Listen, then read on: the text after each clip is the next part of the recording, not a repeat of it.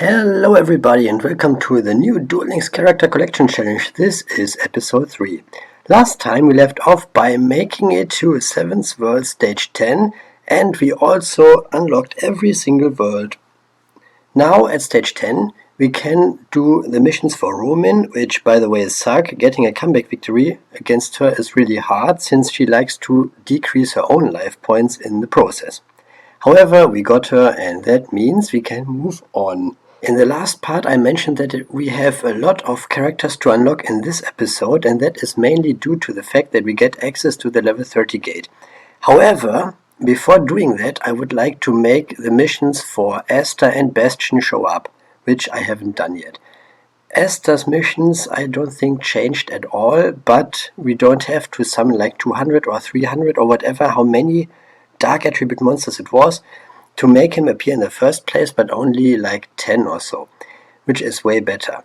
Also for Bastion we previously had to get 50 low deck wins in, and it's just 1 now to make Bastion's missions appear, and him of course. So that's way better and way faster than it used to be. Bastion's missions actually changed in the sense that we don't have to win with certain attributes anymore, but just have to summon 3 of those attributes in GX duels. Anyways, we can also make Crow appear now, and his missions didn't change and neither did his requirement, which is to get 5000 duel assessment points against the Sector Securities standard duelist. So, having said that, we can go back to DM World and start with the level 30 characters. There are a lot of them, and I think we should start with the hidden characters. I might have mentioned it before, but Vive previously had the requirement of beating 100 standard duelists, and now it's just beating 10 standard duelists, so he can be unlocked easier and earlier. His missions stayed the same as they were before, but they were fine to begin with, so that's good. Now we could go for more hidden characters, or we could unlock Rex next. I mean, Weevil and Rex are best buddies, so why not go for him? No, the actual reason is that he is next on the list. So yeah, that's that. Anyways, Rex had the requirement of hitting stage 21 in DM World previously, and now he can be unlocked at an earlier stage. So once we are at stage 10 here in DM World, we can get every single character in DM World, including Rex, who might have been an unlock for an earlier stage already. I think stage 6 or something he showed up, and then stage 7 he was unlockable if you have the level 30 gate, whatever. Meiko Tsunami is our next character here, and his mission was that we needed to tribute summon 150 monsters in total previously, and now it's just tribute summon 15 monsters, so just 10% of what it used to be. His missions are the same, so it's easy. Now actually his missions are not the same. I think we have to activate skills less times, and we don't have to summon as many monsters in a single duel. It was like summon 6 monsters in one duel, and now it's just like 3 monsters or whatever. It doesn't matter. Now Bandit Keith had the requirement of beating legendary duelists 50 times, and now it's beat legendary duelists 5 times. His missions are the same as they used to be, so we can unlock him. And that leaves us with a few more characters, and actually 2 hidden characters left, and one of them is Ishizu. We have to summon light attribute monsters 10 times, and previously it was like 200 times or whatever, so way different from what it used to be. Her missions are the same, but her missions are easy enough, so that's good. But I'm still a little mad that the duels against Event Ishizu, you know, the one duel that gives you access to Obelisk the Tormentor, does not count towards Ishizu's missions. Otherwise we would have something like gaining some life points for that as well. Anyways, we unlocked Odeon, and Odeon previously had activate 300 trap cards, and now it's just activate 10 trap cards. Also, the one mission that wasn't beating him at level 30 was that we had to activate 10 traps in a single duel against anyone, and now it's just activate 3 trap cards in a single duel against anyone. So way easier, way more manageable, and way more reasonable. That said, we can now unlock some more characters, and the next one on the list here is DM Yugi that we can now get with Seto Kaiba. And for Yugi, I think they just got rid of a few level 30 duel requirements in his missions, so if you duel against idiots at level 10, you should be fine. Anyways, with this we can now move on to Arcana, and I was quite lucky when I was playing this because the Merrick event was going on for the first time while playing, and Arcana level 30 was part of that event. And Event Arcana is way easier to beat and way more cooperative than Arcana at the gate. Also, I don't need to use gate keys for him. The missions were the same, basically, and we just unlocked him that way. Next up on the list is Bones, and we need to unlock Yami Bakura first, which we already did in the last episode, and we also need access to Bandit Keith, and he was unlocked a few minutes ago, so that is fine, and we can go for his missions. Now, we still have the level 30 requirements here, and they suck, basically, but you can just duel him over and over again until you finish the missions. It might cost you a few gate keys, of course, but I first tried all of these and then I unlocked Bones. With him done, I can go for Espa now, and Espa only has one level 30 duel, which is the comeback victory. The other duels that we have to do against him, or the other missions, are against him at level 10, is completely fine. Also, you have to collect a psychic type and 3 machines, but that of course does not have anything to do with dueling him, unless you want the machines and psychic types as drop rewards. The missions for him were easy enough, and we can go to the next one, and that is Tristan. Now, Tristan's missions are still the same that they used to be, and the only notable difference to before is, of course, that he is unlockable at an earlier point. Previously it was DM stage 13, now it is DM stage 6, I think his missions show up, but we need the level 30 gate. Other than that, nothing changed with him, and we can go to our next character, or a new pair of characters, which is, of course, Loomis and Umbra. Those are treated as one character, even though they are two, and they used to be tag team characters. Anyways, their missions changed a little in the sense that we only have to activate 4 spell cards in duels against them instead of 8, which was the case previously, and also 4 trap cards in a single duel against them, and previously it was 8 trap cards in a single duel against them, and this now is way more reasonable and way more manageable. Also, you only have to win 1 duel with light monsters only and 1 duel with darks only, and previously it was win 3 with each of those attributes. So then, the next one is Solomon Muto. His missions stayed the same as they were before, and just like with Tristan and many of the other characters, he was showing up at stage 13 in DM World, and now he is just a stage 6 character, but again, the level 30 gate. His missions did not change at all.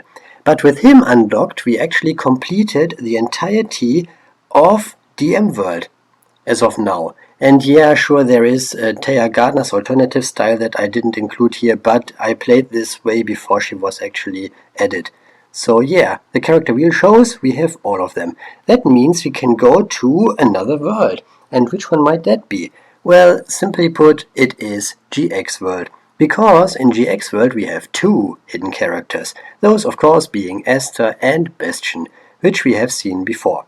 I already talked about their hidden requirements and their missions in detail before, and honestly I wish I hadn't, so that I have something to talk about now.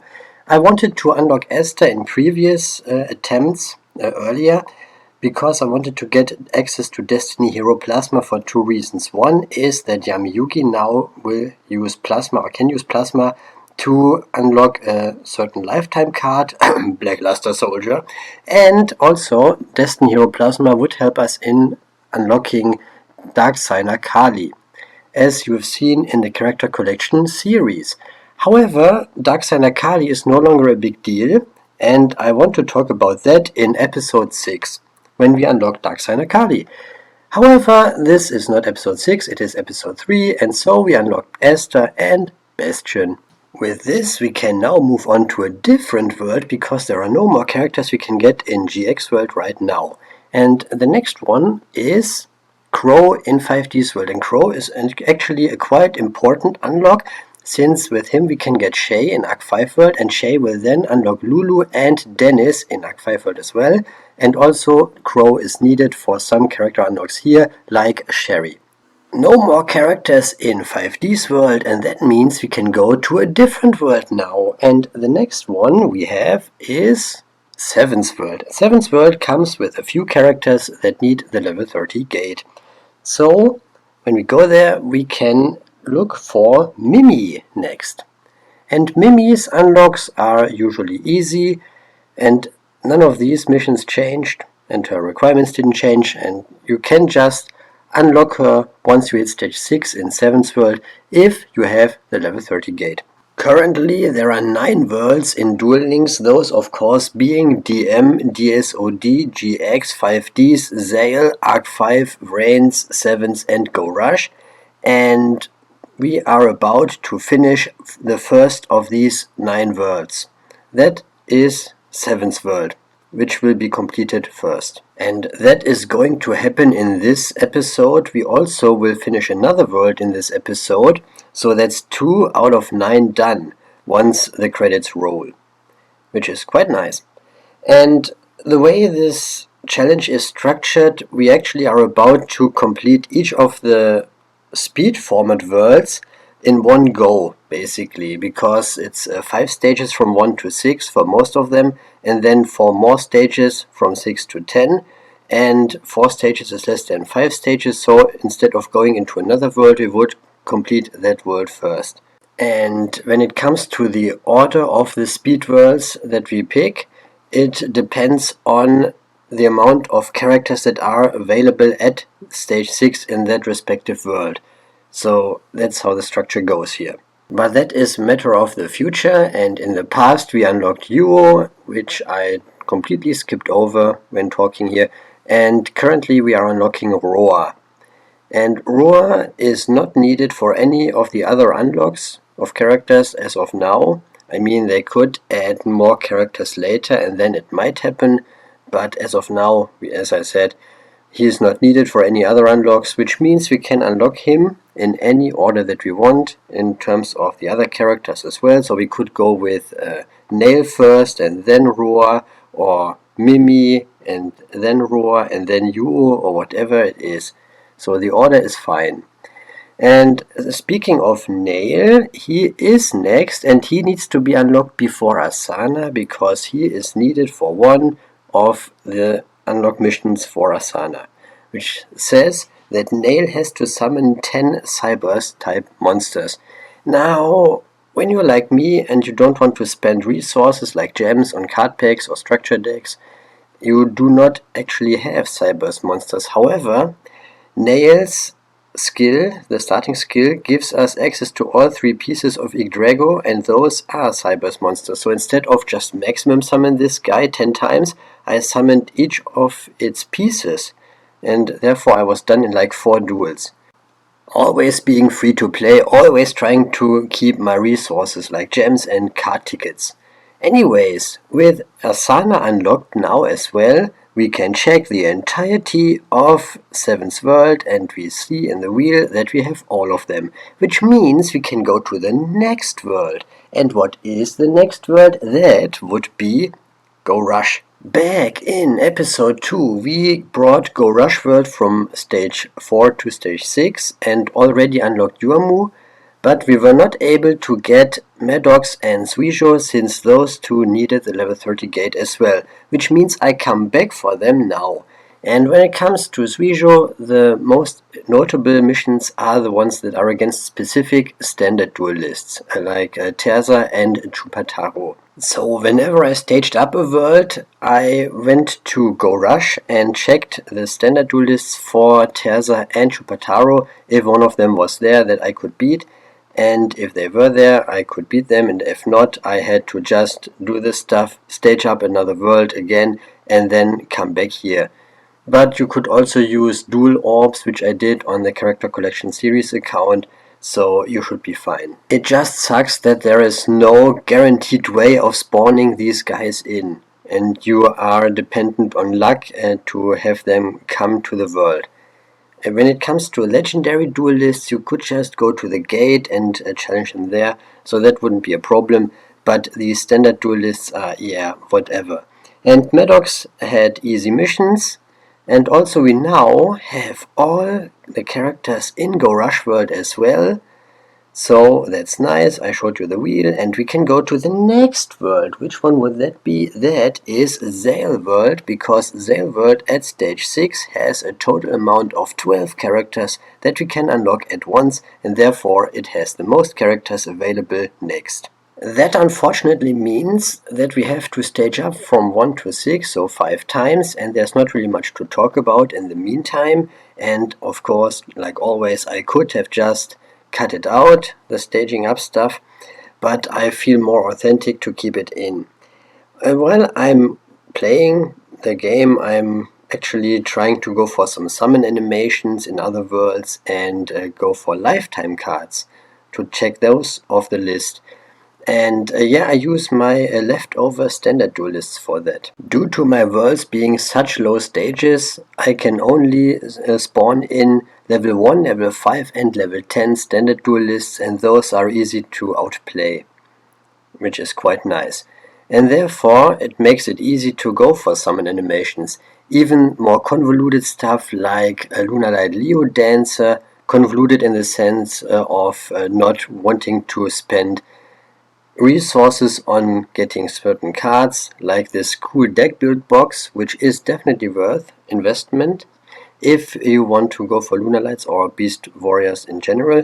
So essentially what I mean is that I'm not spending gems or any other resources like card tickets, and only do these summon animations if possible with the skills that the game gives to the characters. Most of them are the starting skills and the level up cards of certain characters. So Lunalight Leo Dancer would be one of the summon animations that's not so easy to get. The other one that I always think about is actually TG Halberd Cannon for Antinomy. But I don't yet have Antinomy here as of playing this, so no matter. While we are in Zale World and unlocking these characters, I mean Bronk is easy to get and we need him for some of the stage missions coming up. But while we are doing this, I can tell you that getting Yuma as our starter character was priority number 1, getting Reginald is priority number 2, and getting Kite is priority number 3. And with all 3 characters, we can unlock all the other characters in this world at stage 6. Also, I have to confess a little something here. While playing and recording this and trying to cut the video, I noticed that I lost footage of clearing the missions here for these characters. So the footage that you are seeing right now is taken from my old character collection challenge that I was playing but then scrapped because they threw away their old missions, and therefore it all was for the garbage bin that I was doing, but I still kept the footage around, which was good because now I have something that I can show you. And that oopsies that I did was just losing some of the footage on my current playthrough. You probably wouldn't have noticed if I hadn't told you. Anyways, I feel it's better to be honest. And we just unlocked Bronk and Reginald. We are about to unlock Kite, and with all 3 of these guys unlocked and with Yuma as my starter character, I can go for the missions of the other characters in between episodes, which is what I'm actually going to do. So at the beginning of the next episode, we are going to unlock all of the remaining Zale World characters that we can get at stage 6. So I've got my world cut out for me, and the next world after that will be Arc 5 World. Anyways, that's it for now. Thank you so much for watching.